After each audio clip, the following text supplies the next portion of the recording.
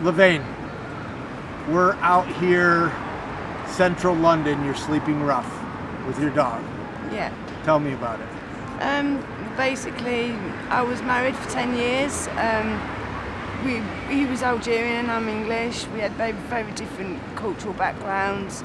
And basically, I suffered quite extensive domestic violence to the stage that the last time he hospitalized me, and I couldn't take no more, so I went home, I grabbed my dog, and I became homeless. I've been on the streets of London just over a year now. So, and we talked about this before I started taping. You're safe now. Yeah. I have friends and family that know where I am. So yeah, they know where I am, but he doesn't know. You're safe from your partner. Yeah. So, yeah. And you have a beautiful pup. I do. This is Misty. She's my life. She saves me really. She's small enough to put in my sleeping bag. Anyone comes near me and all you see is the bottom of my sleeping bag jumping around, so she warns me and protects me quite a lot. I mean, I don't think I'd be as safe out if I didn't have Misty. Now it's gonna rain. What are you gonna do? Hopefully I earn enough money. I mean, I sit here and I hopefully I earn enough money, but it's quite expensive. The only place that I can go to is in New Cross, and it's like £22 a night. If not, then there's a little alley just up the road here, which is where I sleep. So, so hopefully. Now, how do you survive out here? I mean, we have at the top of the road these SWAT that come out, and there's a Christian organisation that come out and they help with food and clothing. I have regulars. I've sat in the same spot since I've become homeless, so I do have regulars that come and bring me blankets and food, also dog food, and they also help like with money and stuff. So I rely on basically generosity of the public. Really, that's how I survive. But you said that there's nobody helping you get out of homelessness. No, I mean we have St. Mongos and stuff that come out, but because I have a dog, they can't house me. And there is hostels that do house people with dogs, but so many homeless have dogs, so it's really difficult to get a place with the dog. But she's my life, she's my family. And you know, I've been told to get rid of the dog and have a house, but I don't see how that's fair or how that should be justified. You know, just to get a roof over my head to get rid of my dog. You know, I couldn't do that. You know, I wouldn't have been able to survive out here the last year without her. Then to say, well, okay, I'll get rid of you, that I can get somewhere else to live. It just don't seem right to me, and that, you know, we're in this together. It's a huge issue. So St. Mongos is out here trying to help you. It's just there's no room where the hostels are that have dogs. That's correct, yeah. Oh my gosh. And your dog is beautiful. Yeah, she is. Because when I came walking up, took her head out and said hello. What would you want housed people or normal people know what it's like sleeping rough, or anything about rough sleepers? It's dangerous. I mean, you're always sleeping with one eye open. You know, you never get a decent night's sleep.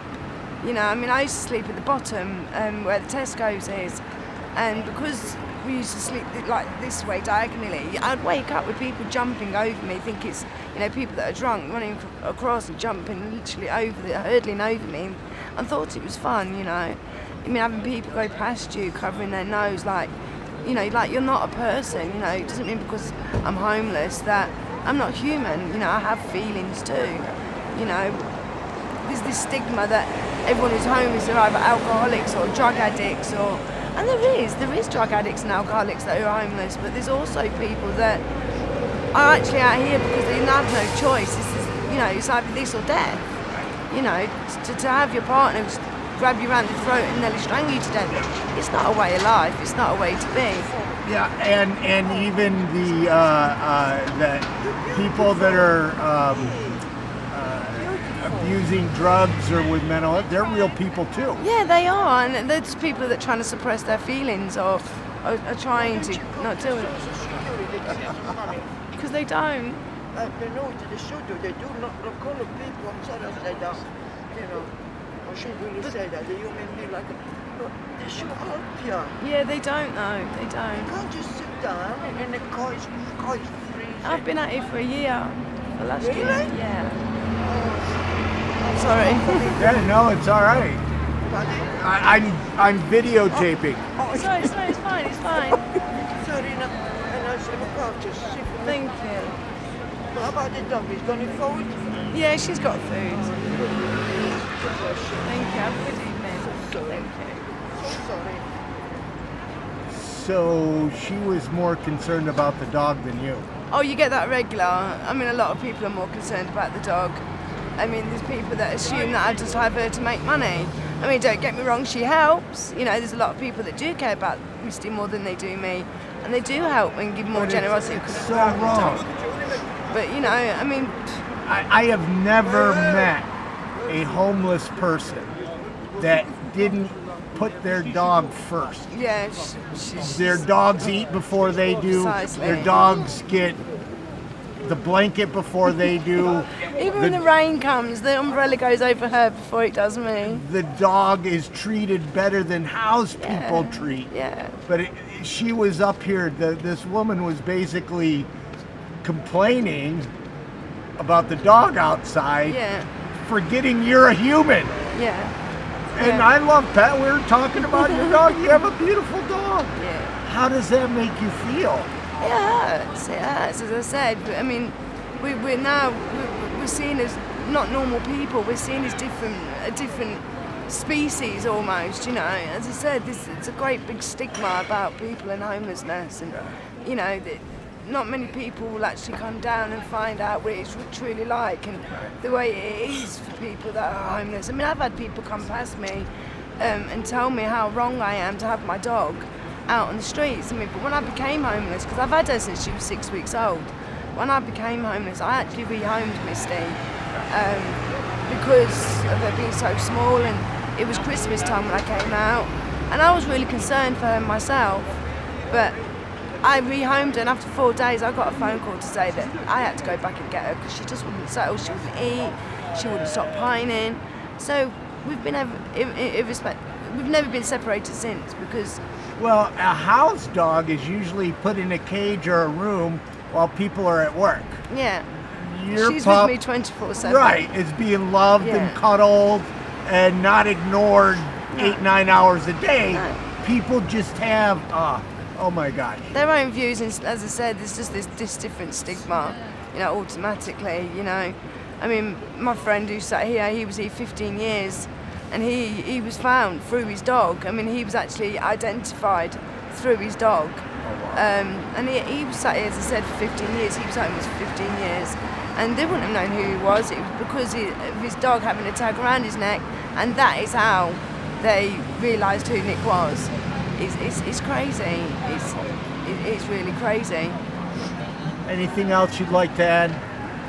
Not really. It's just I wish people that would stop the stigma and actually come down and meet people and get to know people, because everyone's got a story and everyone's got a different story. And if they realise people are not just drunks or alcoholics or, you know, it takes a lot of guts to sit out here and stay out here and to live on the streets, you know.